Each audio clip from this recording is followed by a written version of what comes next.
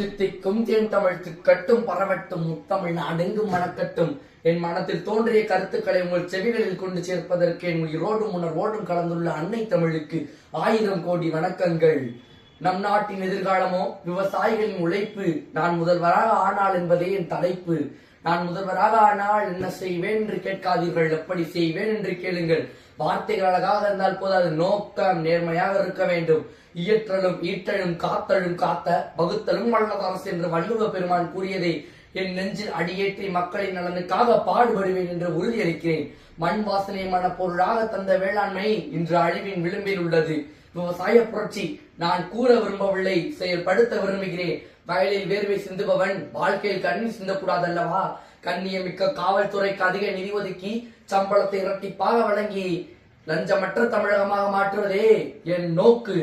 தமிழகம் முன்னேற தேவை சமத்துவம். அனைத்து மக்களுக்கும் கிடைக்க வேண்டும் தரமான மருத்துவம்.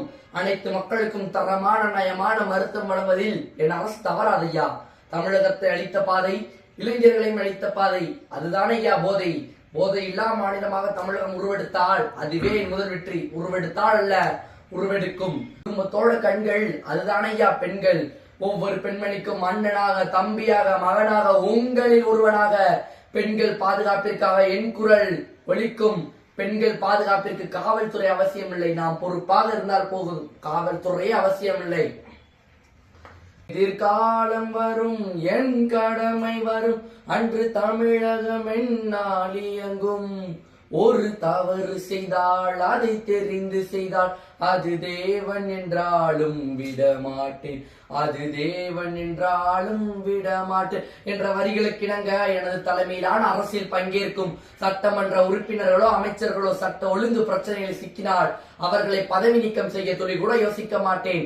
18 வயதுக்கு உட்பட்டோர் வாகனம் ஓட்டினால் அவர்களுக்கு அல்ல தண்டனை, அவர்களின் பெற்றோர்களுக்கு தான் தண்டனை. கற்க கசடர கற்றவை கற்ற பின் நிற்க அதற்கு தகன வள்ளுவன் கூறிய கல்வி புத்தகத்தோடு முடிவதில்லை, பண்பாட்டிலும் தொடர வேண்டும். தாய்மொழி வழி கல்வி கற்பவர்களை ஊக்கப்படுத்துவேன். எனது ஆட்சியில் அரசியல் என்பது அராஜகமாக இருக்காது. எனது ஆட்சியின் அரசியல் சத்தியத்தை பேசும், சாத்தியத்தை பேசும், கொள்கையை பேசும், கோட்பாட பேசும், உள்ளத பேசும், நல்லத பேசும், உண்மையை பேசும், உணர்வோட பேசும். அப்படிப்பட்ட அரசியல் தான் எமக்கு தெரியும். எனது ஆட்சியா இலவசம் என்பதற்கு இடமே கிடையாது. மக்கள் பணத்தால் மக்களுக்கு கொடுப்பதை இலவசம் என்று நான் எப்படி கூற முடியும்?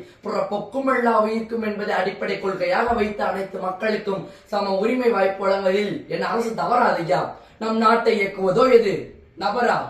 பதவியா? ஜனநாயகம். அந்த ஜனநாயகத்தில் ஜனங்களை ஏற்றுபவன் ஜனநாயகன், ஏற்றுபவள் ஜனநாயகி. நீங்கள் அனைவரும் ஜனநாயக நாயகியாக இருப்பீர்கள் தானே?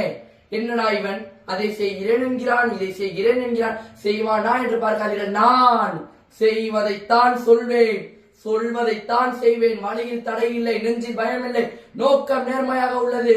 உங்களுக்காக நிக்க, உங்களோடு நிக்க, உண்மையா நிக்க, உணர்வோடு நிக்க நான் வருகிறேன்.